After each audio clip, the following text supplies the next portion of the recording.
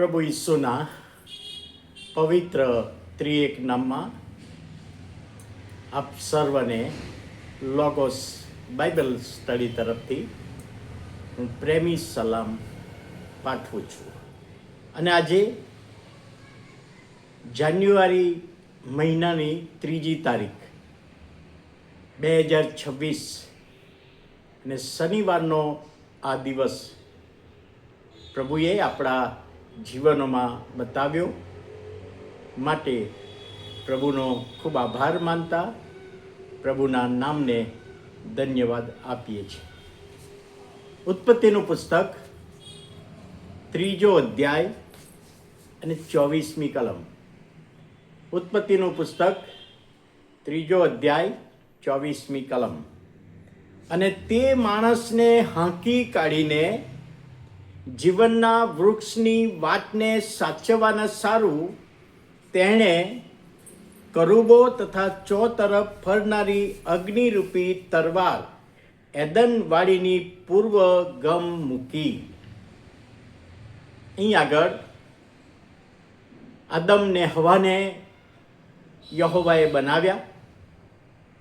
એદન વાડીમાં એમને રહેવા માટેની વ્યવસ્થા આપી. ખાવા માટે ફળ ત્યાં હતા જ. બીજો અધ્યાયને 9મી કલમમાં જીવનનું વૃક્ષ અને ભલું બુંડું જાણવાનું વૃક્ષ એ બે ઝાડના નામ છે. એમાં બીજો અધ્યાય અને 17મી કલમમાં કહે છે ભલું બુંડું જાણવાના ઝાડનું ફળ ખાવાનું નથી. તેની પણ તેઓએ ફળ ખાધું. જે ફળ જીવનના ઝાડનું ફળ એમને ખાવાની છૂટ હતી. પાપી અવસ્થામાં નહોતા ત્યારે છૂટ હતી, પણ એ ફળ ના ખાધું અને ભલું બુંડું જાણવાનું ફળ ખાધું. ઈશ્વરની આજ્ઞા તોડી એ મોટી બાબત છે. કયું ફળ હતું ને કયું ઝાડ હતું એ પ્રશ્ન નથી.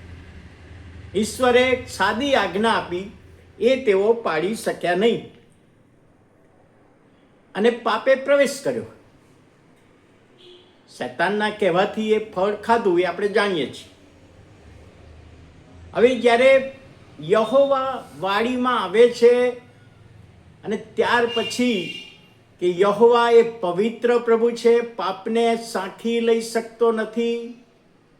હવે આદમ ને હવા તો એના બનાવેલા, એના હાથના માણસો બનાવેલા, એ પાપમાં પડ્યા એટલે સાથે રહી શકે નહીં. સાથે તમે રહી શકશો નહીં.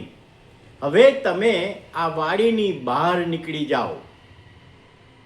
પણ આજની કલમમાં જે વાક્ય લખવામાં આવ્યું છે, અને તે માણસને હાંકી કાઢીને જે શબ્દો છે, હિબ્રુ ભાષાનો શબ્દ,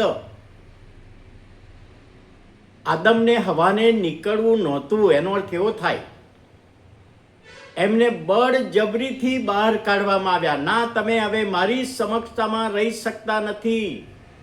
તમે પાપી અવસ્થામાં આવ્યા છો. હવે પાપી અવસ્થામાં જીવનના વૃક્ષનું ફળ તમે ખાશો તો એ બહુ સારું નહીં ગણાય માનવ જાતને માટે. તમે પાપી અવસ્થામાં જ રહેશો અને માટે તમે બહાર નીકળી જાઓ. હાંકી કાઢવાનો જે હિબ્રુ ભાષાનો શબ્દ ઘણી બધી વખતે સચિવાલય હોય, વિધાનસભા હોય, ત્યારે જે વિરોધ પાર્ટીના લોકો વિરોધ કરે ને ત્યારે સિક્યુરિટી એમને ઉચકીને બહાર કાઢે છે. એ શબ્દ અહીં વાપર્યો છે. એટલે એનો અર્થ કે આદમને નીકળવું નહોતું, પણ એમને હાંકી કાઢ્યા. ના, તમે બહાર જાવ જ. આ શબ્દ આપણને બતાવે છે કે વ્યક્તિ નીકળવા માંગતો નહોતો, પણ ઈશ્વર પવિત્ર છે અને પાપી વ્યક્તિની સાથે રહી શકતો નથી, અને એટલા માટે એમને બહાર કાઢવામાં આવ્યા. પણ આપણે જાણીએ છીએ કે ઈશ્વર દયા કરવામાં ઉતાવળો છે, કૃપા કરવામાં મોટો છે. મારા હાથનું બનાવેલું માણસ મેં બહાર કાઢી મૂક્યું, પણ ફરીથી સંગત થાય એ મારી ઈચ્છા છે. અને એટલા માટે હું બાળક બનીને પૃથ્વી પર એમની મધ્યે જઈશ, એમના માટે રક્ત વેવડાવીશ અને જે મંદિરનો પડદો છે એ ફાડી નાખશે અને પછી સંગત થઈ શકશે. જે વાલા ભાઈઓ અને બહેનો થઈ ગયું. જન્મ્યા પ્રભુ ઈસુ, કાલ્વેરી મરણ પામ્યા, મંદિરનો પડદો ચિરાઈ ગયો અને ઈશ્વર સાથેની સંગત હવે આપણે શરૂ થઈ ગઈ. જે મના કરેલી, જે થઈ શકતી નહોતી, એ પ્રભુ ઈસુમાં થઈ શકી. એ બાબત આજે આપણે સમજીએ છીએ.